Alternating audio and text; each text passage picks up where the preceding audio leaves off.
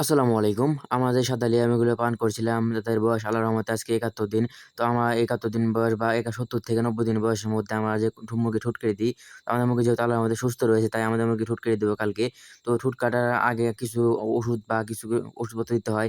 তা কি দিতে হয় সেটা জানাবো আজকে আপনাদের ভিডিওতে। তো আপনারা দেখতে পাচ্ছেন যে আমাদের মুরগিগুলো ঠোঁট প্রায় অনেকটা বড় হয়ে গেছে। তো লেয়ার মুরগির ঠোঁট সবসময় কেটে দিতে হয়। কারণ লেয়ার মুরগিটি ঠোঁট না কাটলে ডিম খেয়ে ফেলে অথবা যে লেয়ার ওয়ান ফিড দিই আমরা সেটাতে অনেক গুঁড়ি থাকে এবং দানাদার থাকে। তো দানা মিশিয়ে খেয়ে ফেলে অথবা আরো বিভিন্ন রকম সমস্যা দেখা দেয়। তো যেকোনো মুরগি ঠোঁট কাটার আগে লেয়ার মুরগি ঠোঁট কাটার আগে কিছু ওষুধ দিতে হয় বা যেহেতু একটা শরীরের অংশ একটা কেটে ফেলে দিলে অত্যন্ত ব্যথা হয় বা বিভিন্ন রকম সমস্যা দেখা দেয়। আর যেকোনো মুরগির ঠোঁট কাটার আগে কিন্তু অবশ্যই লক্ষ্য করবেন যে মুরগি সবসময় সুস্থ আছে নাকি? সুস্থ থাকলে তখন মুরগির ঠোঁট কেটে দিবেন। আমরা দেখতে পাচ্ছেন সমস্ত কিছু ওষুধ কালকে রাতে আমরা কিনে নিয়ে এসেছি।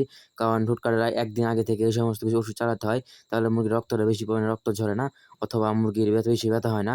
তো আমরা যেসব ওষুধ ব্যবহার করছি তার মধ্যে ১ম হচ্ছে যে ডক্সিমিক্স। এটা মূলত একটা পাউডার ওষুধ এবং এটা আমরা প্রতি ১ লিটারে ১ গ্রাম করে ব্যবহার করছি।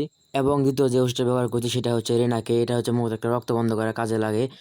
এই ওষুধটা অন্য কারো যদি যারা অল্প মুরগি পালন করে থাকেন তারা অন্য কোনো ওষুধ দিতে না পারলেও ফার্স্ট বেড অথবা রেনাকে এটা দিবেন।